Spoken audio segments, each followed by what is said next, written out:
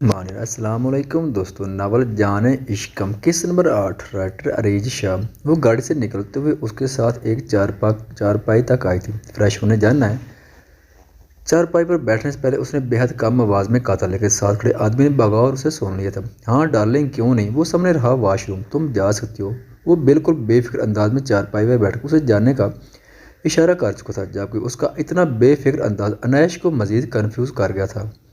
وہ اتنا ریلیکس ہو کر اسے کیسے بھیج سکتا تھا؟ کیا اسے اس بات کا ڈر نہیں تھا کہ اگر وہ یہاں سے بھاگ گئی تو اسے جیسے اس بات کی کوئی پریشانی ہی نہیں تھی؟ وہ ہاں میں سارے ہلاتے واش روم کی طرف جانے لگی۔ اس نے مڑ کر دیکھا، وہ اسے نہیں دیکھ رہا تھا بلکہ اپنے ساتھ کھڑے آدمی کو آرڈر دے رہا تھا۔ واش روم کے دروازے قریب پہنچ کر وہ ایک بار پھر سے پیچھے کی جانب مڑ کر دیکھنے لگے۔ وہ اب تک بالکل ریلیکس انداز میں اپنے موبائل پر لگا ہوا تھا، جیسے اسے اس بات کا یقین ہو کہ وہ یہاں سے بھاگ نہیں سکتی، لیکن انیش اس موقع کو ہرگز ہاتھ سے جانے نہیں دے سکتی تھی۔ وہ ایک نظر پیچھے دیکھتی، واش روم جانے کی بجائے وہیں سے ڈبے سے باہر کا راستہ اپنا چکی تھی۔ جتنا جلدی اس کے قدم اٹھاتی، وہ ہر حال میں یہاں سے نکلنا چاہتی تھی۔ وہ نہیں جانتی تھی کہ وہ یہاں سے بھاگ پائے گی یا نہیں، لیکن اتنا جانتی تھی کہ یہ اس کے پاس آخری موقع ہے۔ اگر وہ آج یہاں سے نہ نکل پائی تو ساری زندگی کے لیے اس آدمی کے ساتھ باندھ جائے گی، اور وہ اپنی زندگی اس کے ساتھ برباد نہیں کر سکتی تھی۔ یہ اس کی زندگی اور موت کا مسئلہ تھا۔ مرنے سے پہلے انسان ایک بار پھر ہاتھ پیر مار کر اپنی جان بچانے کی کوشش ضرور کرتا ہے۔ وہ اپنے لیے ایک آخری کوشش کر رہی تھی اور وہ ہار نہیں ماننا چاہتی۔ وہ جیسے باہر نکلی تھی اور اس نے اپنے چہرے کو اپنے دوپٹے سے کور کر لی تھی تاکہ باہر گاڑی کے قریب کھڑے گارڈ اسے پہچان نہ سکے۔ ویسے تو اس نے دوسرا راستہ اپنایا تھا، لیکن پھر بھی وہ کوئی غلطی نہیں کرنا چاہتی تھی۔ گیٹ سے باہر نکلی تو سامنے سے ایک بلیک کلر کی گاڑی کھڑی نظر آئی، جس کے باہر دو آدمی سفید لباس میں بڑی بندوق لیے کھڑے تھے۔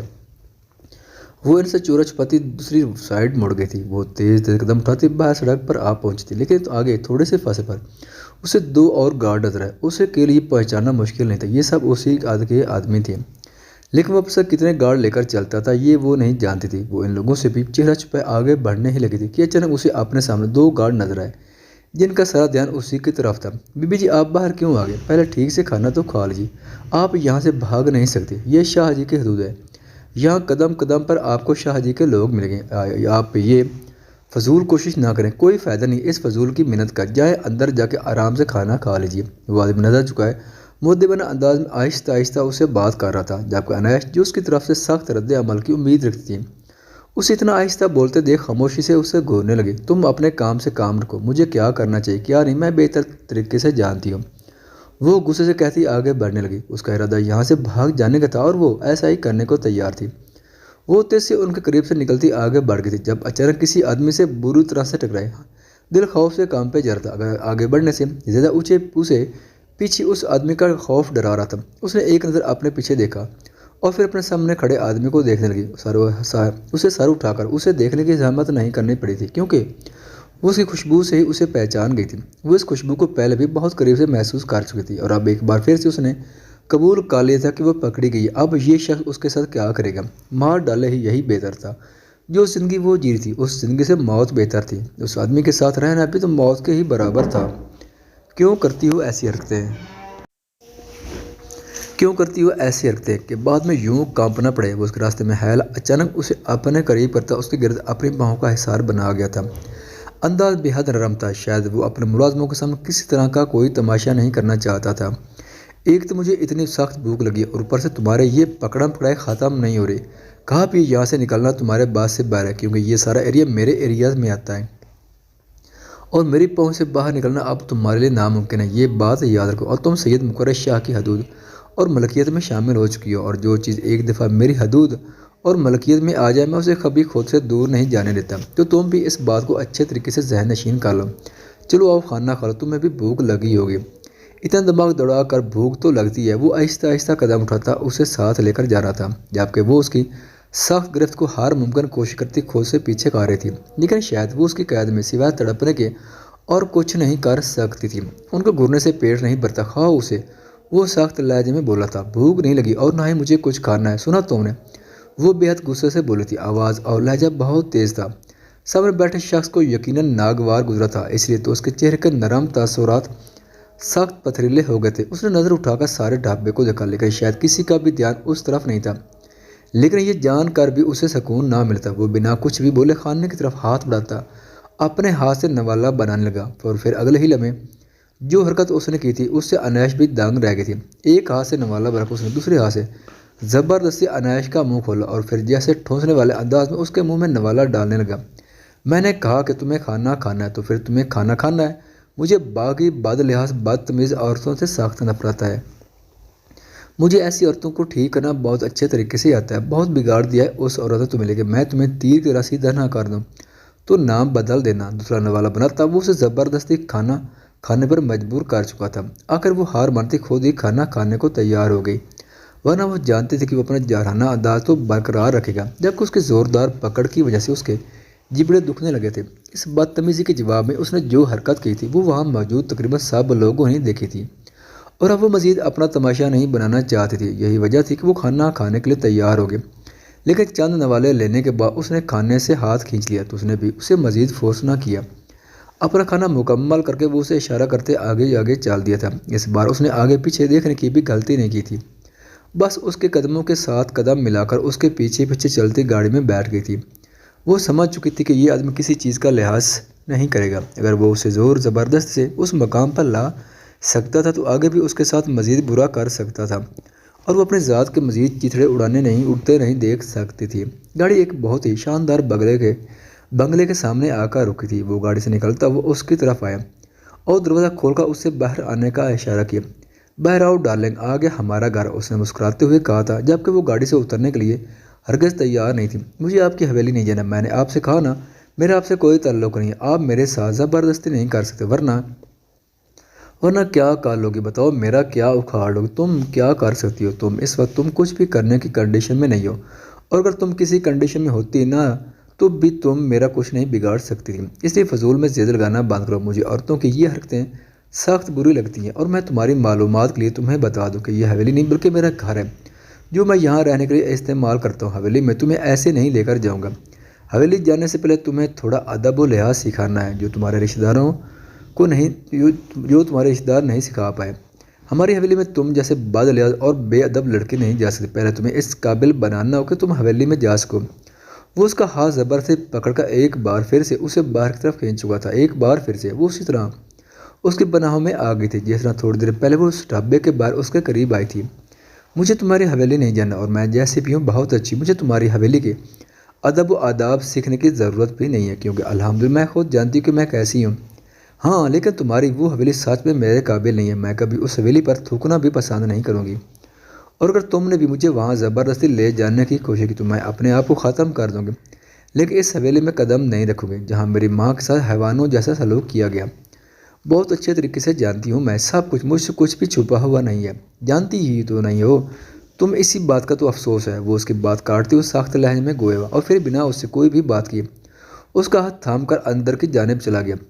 وہ اس کے ساتھ گھسیٹتی ہوئی اندر داخل ہوتی، یہاں سے پہلا کمرہ ہمارا ہے، جاؤ وہاں جا کر آرام کرو اور فریش ہو جاؤ، اور اپنے دماغ سے ہر فضول سوچ نکال دو۔ کل تمہاری سالگرہ ہے، میں تمہیں کل تک کا وقت دے رہا ہوں، خود کو تیار کر لو۔ اب تم ایک شادی شدہ لڑکی، تم اپنے دماغ سے ہر فضول سوچ نکال دو، یہاں سے تم کہیں بھاگ نہیں سکتی۔ یہاں باہر 15 باڈی گارڈ ہر وقت تم پر نظر رکھیں گے، اور رات کو یہاں سے باہر نکلنے کی کوشش ہرگز مت کرنا۔ باہر میرے کچھ وفادار ساتھی ہر وقت میرے دشمنوں کو چیر کھانے کے لیے تیار رہتے ہیں۔ کیا مطلب ہے تمہارا؟ میں تمہارے ساتھ ایک کمرے میں ہرگز نہیں رہوں گی، تم رہو گے ڈارلنگ ایک کمرے میں ایک بیڈ پر، یہاں تک کہ ہم ایک دوسرے کے اتنے قریب رہیں گے کہ ایک دوسرے کے دل کے دھڑکنیں بھی سنیں گے۔ وہ نہ جانے کیا بولنے والے تھے جب مقرش نے اچانک اس کے کمرے میں ہاتھ ڈالتے ہوئے اسے اپنے قریب کھینچا۔ اس کا انداز سرگوشانہ تھا، جبکہ اس کی گرم سانسیں اس کا چہرہ تک جھلسانے لگی تھی۔ اس کے بے باک انداز پر وہ آگے سے مزاحمت تک نہ کر پائی، جبکہ اس کے چہرے کا رنگ بدلتا دیکھ وہ دلکشی سے مسکرا دیا تھا۔ لفٹ سے پہلا کمرہ اور کس طرف جانے کی غلطی نہ کرنا، ورنہ انجام کی ذمہ دار تم خود دو گے۔ وہ مسکرا کر اس کا گال چھوتا وہیں سے پیچھے پلٹ گیا، جبکہ اس نے جو کب سے اپنی سانسیں روک رکھی تھی اس کے جاتے ہی گہرا سانس لیتے ہوئے اس گھر پر ایک نظر دوڑانے لگی۔ وہ ساری رات بس یہی سب کوئی سوچتی رہی تھی، وہ اس شخص کی اتنی عزت کرتی تھی، وہ اس کے ساتھ ایسا کرنے کے بارے میں سوچ بھی کیسے سکتا تھا؟ شاید میں غلط سوچ رہی ہوں، شاید میرے سمجھنے میں کچھ غلطی ہو گئی ہو سکتا ہے وہ میرے لیے نہ ہو سکتا ہے وہ کسی اور کے لیے لکھا گیا پیغام ہو اور وہ غلطی سے اس کے پاس آ گیا، لیکن اس ڈریس کو حسرت بھری نگاہوں سے تو اس نے ہی دیکھا تھا۔ اس کا دماغ درد سے پھٹا جا رہا تھا، اسے سمجھ نہیں آ رہا تھا وہ اس شخص کی بہت عزت کرتی تھی اور اس کے بارے میں ایسا سوچ بھی نہیں سکتی تھی، لیکن وہ تحریر اس کے سامنے تھی۔ اس نے خود اپنی آنکھوں سے وہ الفاظ پڑھے تھے جو کم از کم اس کے لیے تو واحیات ہی تھے۔ مجھے ایک بار کنفرم کر لینا چاہیے، مجھے دو ٹوک بات کرنی چاہیے، لیکن وہ ایسا سوچ بھی کیسے سکتے ہیں؟ ہو سکتا ہے انہوں نے یہ کسی اور کے لیے خریدا ہو، مجھے غلط فہمی ہو گئی ہو، لیکن اگر ایسا ہے تو انہوں نے یہ مجھے کیوں دیا؟ جس کے لیے خریدا ہے اسے دینا چاہیے نا، یہ میرے حوالے کیوں کیا؟ نہیں، یہ سب کچھ میرے لیے ہی تھا، لیکن انہیں ایسا نہیں کرنا چاہیے تھا۔ میں آپ کی بہت عزت کرتی تھی شاہ جی، اگر تو یہ ایک غلط فہمی تو ٹھیک ہے، لیکن اگر آپ نے یہ حرکت جان بوجھ کر کی ہے تو آپ نے بہت برا کیا۔ وہ زراور سے مخاطب ہوتی، چارپائی پلٹی، بس یہی سوچ رہی تھی کہ صبح وہ اس بات کو کلیئر ضرور کرے گی، کیونکہ یہ بات نظر انداز کرنے کے قابل ہرگز نہیں تھی۔ وہ اس پر اپنے جذبات ظاہر کر چکا تھا، وہ ایسا ہرگز نہیں کرنا چاہتا تھا، نہ ہی یہ صحیح نہیں تھا، لیکن جب سے جعفر اکبر خان اس کے پاس آیا تھا وہ ڈر گیا تھا۔ اگر جعفر اکبر خان نے اسے ہاں کر دی تو وہ صرف مشورہ لینے آیا تھا، وہ کون سا اس کے حکم کو بجا لانے والا تھا؟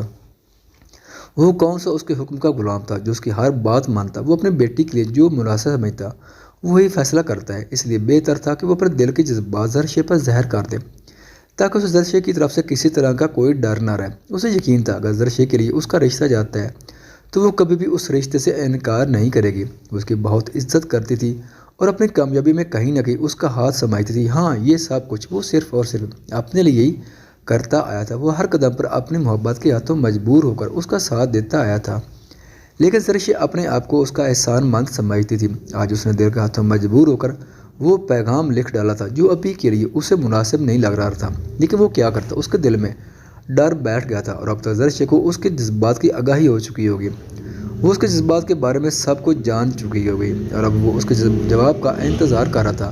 اگر تو وہ اس کی دوسری ڈریس کو قبول کر لیتی ہے تو مطلب صاف تھا کہ وہ اس کا ساتھ بھی قبول کر رہی ہے، اور اگر اس کی ڈریس کو قبول نہیں کرتی تو وہ اسے مجبور کر دے گا اسے قبول کرنے پر، کیونکہ وہ فیصلہ کر چکا تھا کہ اس کی زندگی میں شامل ہونے والی پہلی اور آخری لڑکی زرشے ہی ہوگی۔ وہ اس کے علاوہ اور کسی سے شادی نہیں کرے گا۔ اب اسے صرف اور صرف زرشے کی طرف سے جواب کا انتظار تھا۔ آخر وہ کس طرح سے ری ایکٹ کرے گی، اس کے ذہن میں کیا چل رہا ہوگا؟ وہ ہر بات کو سوچ رہا تھا اور اس کی ساری سوچیں مکمل پازیٹیو تھی۔ زرشے کے بابا آپ نے کیا سوچ کر اس رشتے کے بارے میں؟ رشتہ بہت اچھا ہے، مجھے تو لڑکا بھی پسند ہے اور ہمارے اتنے برسوں سے خراب ہوئے رشتے بھی ایک بار پھر سے ٹھیک ہو جائے گا، مجھے تو اس رشتے پر کوئی اعتراض نہیں ہے۔ آپ گئے تھے نا چھوٹے شاہ جی سے بات کرنے کے لیے، تو انہوں نے کیا کہا؟ آپ نے مجھے بتایا نہیں۔ وہ بھی اپنے کمرے سے باہر نکلی ہی تھی جب اسے مورے جان کی آواز سنائی دی۔ اسے کسی کی باتیں چھپ کر سننے کی عادت ہرگز نہیں تھی، لیکن اپنے بارے میں اتنا اہم فیصلہ ہونے پر مجبور ہو کر وہیں روکے۔ ہاں، میں گیا تھا اور چھوٹے شاہ جی کے پاس، لیکن انہوں نے کہا کہ یہ رشتہ بالکل مناسب نہیں ہے، ہماری زرشے پڑھی لکھی ہے اور اس کے لیے اس سے بہتر رشتے آئیں گے، اس رشتے کے لیے میں اپنی بیٹی کی زندگی خراب نہیں کروں گا۔ تو بس پھر کیا؟ شاہ جی کی بات مجھے بالکل درست لگی، میں نے فوراً اس رشتے کے لیے انکار کر دی، یہ ہماری بیٹی کی زندگی کا سوال ہے، ہم پرانے رشتے ٹھیک کرنے کے لیے اپنی بیٹی کی زندگی برباد نہیں کر سکتے، اور ان لوگوں کا کیا بھروسہ جو پہلے ہمیں رشتوں کے نام پر دھوکہ دے چکے ہیں، جائیداد، روپیہ، پیسے تو وہ لوگ پہلے ہی ہم سے چھین چکے ہیں، اب ہماری بیٹی کو بھی ہم سے چھیننا چاہتے ہیں تاکہ ہم بعد میں ان پر کسی طرح کا کوئی سوال نہ اٹھا سکیں۔ مجھے یہ رشتہ دل سے ویسے بھی منظور نہ تھا، اور پھر جب چھوٹے شاہ جی نے بھی انکار کر دیا تو مجھے ان کی بات بالکل ٹھیک لگی۔ وہ بول ہی رہے تھے جب اچانک انہیں پیچھے کوئی محسوس ہوا تو انہوں نے اپنی بات بدل دی۔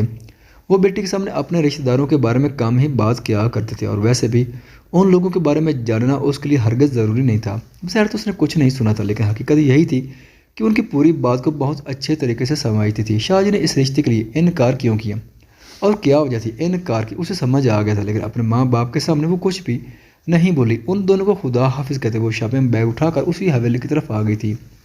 ارے تجھے پتہ ہے شاہ جی نے زرشے کے لیے آنے والے رشتے سے انکار کروا دیا، میں نہ کہتی تھی یہ شاہ جی کی نیت ٹھیک نہیں ہے، زرشے پر کھانا بھی صرف اسی کے ہاتھ کا پسند ہے اور اتنا کوئی اچھے کمال کا کھانا بناتی بھی نہیں ہے، اور تو اور شاہ جی اسے بازار میں لے کر گھومتے ہیں، ہر طرف لے کر جاتے ہیں، اس کی تعریفیں کرتے ہیں اور کوئی اس کی بےعزتی بھی نہیں کر سکتا اس گھر میں، ملازم ہو کر مالکن والا روب ہے اس کا۔ مجھے تو اتنے دنوں سے ہی ان دونوں پر شک تھا، اور اب جب اس رشتے سے انکار ہوا مجھے یقین ہو گیا کہ شاہ جی کی نیت ٹھیک نہیں ہے۔ ارے یہ سب کچھ تجھے کیسے پتہ چلا؟ مطلب زرشے کے لیے کس کا رشتہ آیا تھا، انکار کیوں ہو گیا؟ شاہ جی کے انکار کرنے پر انکار کیا گیا ہے، دوسری ملازم نے حیرت اور تجسس سے پوچھا۔ ارے مجھے ساری خبر پتہ چل جاتی ہے، وہ جعفر اکبر خان ہے نا، کل صبح سے شاہ جی کے انتظار میں بیٹھا 4-5 بار وجہ پوچھی تو آگے سے کہتا ہے وجہ میں انہیں کو نہیں بتاؤں گا۔ پھر کیا تھا؟ میں نے کہا وجہ تو میں پتہ لگا کر رہوں گی، تھوڑی سی جاسوسی کی اور ساری خبر تجھے بتا رہی ہوں۔ ہے اللہ شکل سے تو یہ زرشے کتنی معصوم لگتی ہے، ایسا لگتا ہے جیسے دنیا جان کا کوئی عطا پتہ ہی نہ ہو، اور اندر سے دیکھو کتنی میسنی ہے۔ دوسری ملازم نے حیران ہوتے ہوئے کہا۔ اس کے قدم کچن کے دروازے پر ہی روک گئے تھے۔ وہ تو ان دونوں ملازمین کی باتیں سن کر خود بھی ششدر رہ گئی تھی۔ کوئی اس طرح اس کی ذات پر کیچڑ اچھال سکتا ہے؟ اس نے کبھی سوچا بھی نہیں تھا۔ وہ نہ جانے کیا کیا بات کر رہی تھی، اور نہ جانے اس ملازمہ نے یہ ساری بکواس کس کے سامنے کی تھی۔ وہ ایک سیکنڈ بھی وہاں نہ رک سکی۔ وہ وہیں سے قدم پیچھے کی طرف اٹھاتی وہاں سے بھاگ جانا چاہتی تھی، جب اسے اچانک زراور اپنے کمرے کی طرف جاتا نظر آیا۔ شاید وہ ابھی جاگنگ سے واپس آیا تھا۔ اسے دیکھتے ہی اسے اس پر شدید قسم کا غصہ آنے لگا۔ تو کرم نوازی کی اصل وجہ یہ تھی کہ اس شخص کی نیت ہی اس پر خراب تھی۔ وہ جو اتنے سالوں سے اسے فرشتہ صفت انسان سمجھتی آئی تھی، اس کا سارا سامان ٹوٹ گیا تھا۔ وہ اکثر سوچتی تھی کہ باقی کسی کے ساتھ زراور کا لہجہ اتنا نرم کیوں نہیں ہے جتنا کہ اس کے ساتھ ہے؟ کیوں وہ سب لوگوں کی طرح اسے ٹریٹ نہیں کرتا؟ کیوں وہ اسے زیادہ اہمیت دیتا ہے؟ وہ خود بھی نہیں جانتی تھی کہ وہ بہت اچھا کھانا نہیں بناتی۔ اس کے کھانے کے مقابلے میں یہاں پر بہت بڑے بڑے کوکس تھے جو اسے بہترین کھانا بناتے تھے، لیکن سب کو چھوڑ کر وہ صرف اسی کے ہاتھ کا کھانا کیوں پسند کرتا تھا؟ تو اصل وجہ یہ تھی وہ اس کے بارے میں نیت ہی خراب رکھتا تھا۔ نہ جانے کب سے وہ اس کے بارے میں یہ سب کچھ سوچتا آیا تھا۔ کیا سمجھ رکھا تھا اس آدمی نے اسے کہ اگر وہ اسے اپنے احسانوں تلے دباتا رہے گا تو وہ اپنے مقصد میں کامیاب ہو جائے گا؟ بہت غلط سوچا تھا اس آدمی نے، اور آئی وہ اسے سب کچھ بتانے والی تھی جو غلط فہمی اسے صبح تک تھی وہ تو ختم ہو ہی چکی تھی۔ گھر کے ملازم تک اس کی ذات پر کیچڑ اچھال رہے تھے، اور وہ آدمی اپنے محل میں آرام فرما رہا تھا۔ ایسا تو وہ ہونے نہیں دے سکتی تھی۔ وہ اپنی ذات کو کسی کے سامنے سالیہ نشان بنتا نہیں دیکھ سکتی تھی۔ اسے اپنی عزت سے زیادہ عزیز اور کچھ بھی نہیں تھا۔ وہ تیزی سے اس کے کمرے کی طرف لوٹ آئی تھی۔ آج زندگی میں ایسا پہلی بار ہوا تھا کہ وہ بنا دروازہ کھٹکھٹائے اندر داخل ہو گئی تھی۔ مجھے آپ سے بہت ضروری بات کرنی ہے شاہ جی، وہ اچانک اس کے سر پر سوار اسے کہنے لگے۔ زرابا نے بس ایک نظر اسے دیکھا تھا۔ اس کا یوں اچانک اس کے کمرے میں آ جانا اس کے لیے بہت زیادہ حیرت انگیز تھا، اور پھر آج اس کا انداز بھی کچھ بدلا تھا۔ اس کے ہاتھ میں وہی شاپنگ بیگ تھا جو کل اس نے اسے گاڑی میں دیا تھا۔ اس کے غصے کی وجہ وہ بہت اچھے طریقے سے سمجھ گیا تھا، لیکن اس کے انداز پر وہ مسکرا دیا تھا۔ وہ نہیں جانتا تھا کہ زرشی اس کی محبت کے بارے میں جان کر کس طرح سے ری ایکٹ کرے گی۔ ہاں، لیکن اس نے زرشی کے غصے کے بارے میں ہرگز نہیں سوچا تھا۔ شاید وہ اب تک اس کے انداز کا اتنا عادی ہو چکا تھا کہ یہ بات اس کے ذہن میں ہی نہیں آئی تھی کہ زرشی انکار بھی کر سکتی ہے۔ لیکن سوچنے والی بات یہ تھی کہ کیا وہ شخص اسے انکار کرنے کا موقع دے گا؟ کیا وہ اسے اپنی زندگی سے آسانی سے جانے دے گا؟ وہ جو سالوں سے اس کے خواب دیکھ رہا تھا، کیا وہ اتنی آسانی سے اپنا سب کچھ اپنے ہاتھوں سے خراب کرے گا؟ ہرگز نہیں۔ اس کا ہر انداز سر آنکھوں پر، لیکن انکار کرنے کی اجازت وہ اسے نہیں دے سکتا تھا۔ اسے قبول کرنا تھا زراور شاہ کو، کیونکہ زراور شاہ اسے اپنے دل کی دھڑکن مان چکا تھا، اور اب اسے ساری زندگی اس کے ساتھ رہنا تھا۔ اب چاہے اس میں اس کی مرضی ہو یا نہ ہو، لیکن زراور شاہ کی زندگی میں زرشی کے علاوہ اور کوئی لڑکی داخل نہیں ہو سکتی تھی۔